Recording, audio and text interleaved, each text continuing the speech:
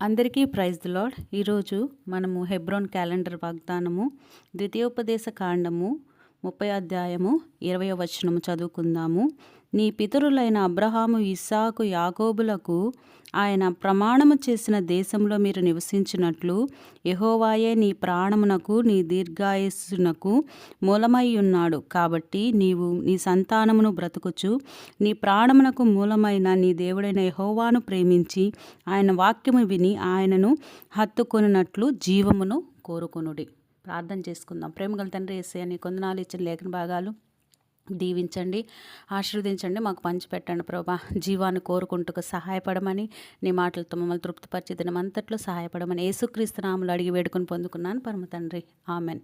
యేసుక్రీస్తు ప్రభువు నేనే మార్గము, సత్యము, జీవమని చెప్పినారు. అయితే మనకు ఆదికాండం 1వ అధ్యాయంలో మనం చూసుకున్నట్లయితే ప్రభువు స్త్రీగాను పురుషునిగాను చేసి వారిలో జీవాయువును ఊదగా మనము జీవమును కలిగామన్నమాట. అట్టి జీవాన్ని సాతాను మాటలకు మనము లోనైపోయి అపవాది తంత్రములలో పడిపోయి మనము ఆ జీవాన్ని పోగొట్టుకున్నాము. దేవుని మాటకు అవిధేయులమైపోయి ప్రభువు మన ప్రయాచిత్తముగా ఆయనే బలి అవ్వాల్సిన పరిస్థితి వచ్చింది. అక్కడ దేవుడు బలి అయిపోయి వారి సిగ్గును కప్పాడు.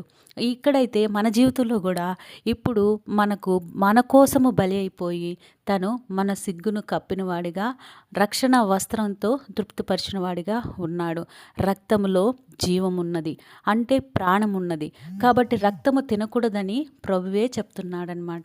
మనము లేఖన భాగాలు చూసుకున్నట్లయితే ఆదికాండము 9:4 కూడా ఒక మాట ఉంటుంది. అదేంటంటే రక్తములో ప్రాణం ఉంటుంది. కాబట్టి రక్తము కలిగిన వారము మనము తినకూడదని ప్రభువు చెప్తున్నాడనమాట. అలాగే రెవల్యూషన్ 22:19 కూడా మనం చూసుకున్నట్లయితే ఈ జీవ గ్రంథంలో నుంచి ఏ మాటైనను తీసివేసిన ఎడల మనకు జీవవృక్ష ఫలంలో కానీ పరిశుద్ధ పట్టణంలో కానీ పాలు పంపులు ఉండదు. కాబట్టి మనం ఏం చేయాలంటే ఈ జీవం గల దేవుడు ఆయనే నిత్యజీవం గలవాడు.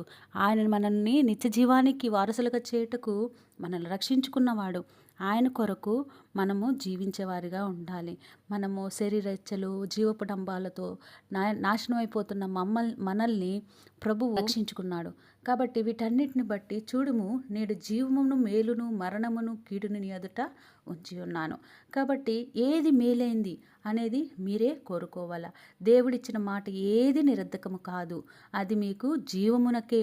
కాబట్టి ఉపదేశమును విడిచిపెట్టక దానిని గట్టిగా పట్టుకున్నప్పుడు ప్రభువు మనకు జీవానికి మనల్ని వారసులుగా చేస్తారనమాట. ఈ కొద్ది మాటలను బట్టి ప్రార్థన చేసుకుని, జీవం కలిగిన దేవా నీ కొందనాలు చెల్లిస్తూ వస్తున్నాను.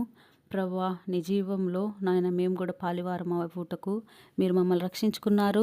మా కొరకు ఒక్క రాయదానం కానీ ప్రాణంను చెల్లించారు. మీ కొందనాలు ఇదని మంతట్లో మాకు సహాయపడమని యేసుక్రీస్తు నామములో అడిగి వేడుకొని పొందుకున్నాం పరమ తండ్రి. ప్రార్థన అవసరతల కొరకు ఇవ్వబడిన నంబర్కి మీరు మెసేజ్ చేయండి, మీ కొరకు ప్రార్థన చేయబడును. Praise the lord.